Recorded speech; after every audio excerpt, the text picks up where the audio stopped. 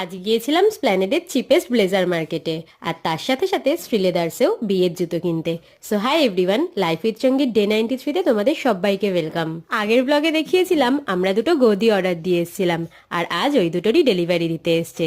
তার সাথে ছিল 4টে বালিশ ফ্রি। সেটাই প্রথমে আমার হাতে তুলে দিল, আর তারপরে গদি দুটো নিয়ে যাওয়া হচ্ছে ঘরের মধ্যে। অনিদের বাড়িতে এখন রঙের মিস্ত্রির কাজ চলছে, তাই গদি দুটোকে এখনই আনপ্যাক করা যাবে না।